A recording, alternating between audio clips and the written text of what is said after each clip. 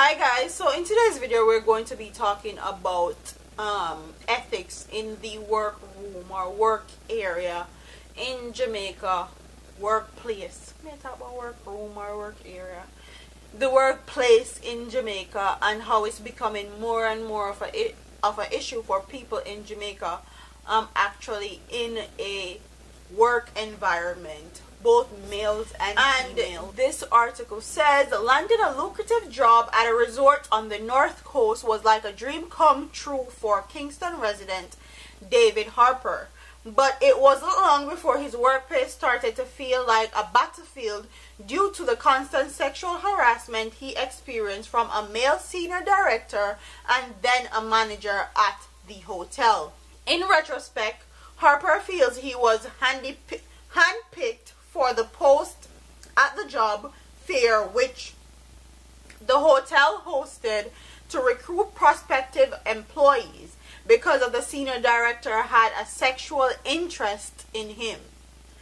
From the get-go, he did have an unusual interest, but I just thought it was a case where he thought I had a lot more potential and he was really trying to push me, Harper said. He said that the director asked him during the job fair whether he was gay, bisexual, or if he had children or was married. But the 30-odd-year-old recruit assumed he was asking because he wanted to gauge his level of tolerance. I assumed it was really because you are going to be dealing with hotel guests and usually they want you to have an open mind or to be tolerant as a guest can be from different persuasions. So I gave him the politically correct answer and said, yes, I'm tolerant and I understand that people have different likes, said Harper. He eventually learned that the director was openly gay, and within the first week of his employment, the senior hotel worker started making comments which made him very uncomfortable. On occasions, he would message Harper to tell him he was handsome, and there were regular invitations to join the director for a drink.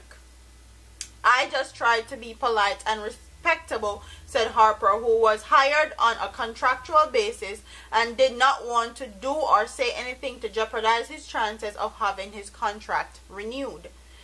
I pretty much tried to brush it aside because I was traveling back to Kingston most weekends. I was like, boy, you know, I'm busy this weekend. I won't be there, so that would usually be my excuse, he said. As if trying to deflect the interest of his senior manager wasn't already difficult, Harper said that other manager at the hotel started making sexual suggestive statements to him, but as he did with the first, he tried to be tactful. Reviews show that Harper was doing a good job, and so when the senior director told him of an opening for a management position, he was hopeful. But then the senior manager attitude changed when he again refused to go out with him after he had discussed the prospective position. Instead of being considered for the post, Harper was transferred to another hotel where the senior director still wielded a lot of influence. My job was made much more difficult, and in terms of being assigned longer shifts, usually it would be a case where you would work either morning or evening shift and you would be paired with another person, but in my case I wasn't. So nearly for 2 to 3 months it was not the case. Wow.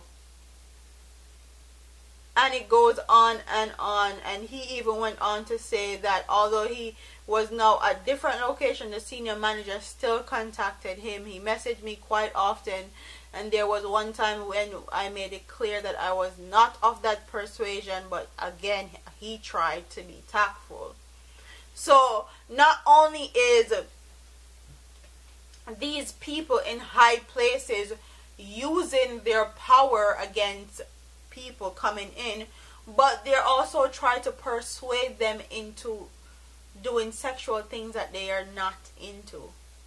And this doesn't only happen to men. This happens to a lot of women, more than you know in Jamaica, because me hear a woman complain about it all the time, especially at these hotels, because at these hotels they feel like you should be able to do and tolerate anything.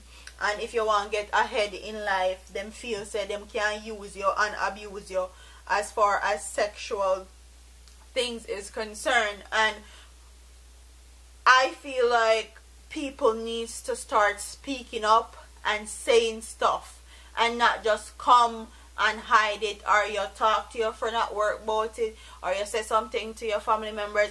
You guys need to actually start taking action. As soon as something happen like this, report them. I'm sure they have a HR. I'm sure you have some place assigned where you can report their misbehavior. So if you lose your job or they don't renew your contract, you have a basis to say the only reason why they didn't hire me back or renew my contract is because I refused his sexual advances and I reported him.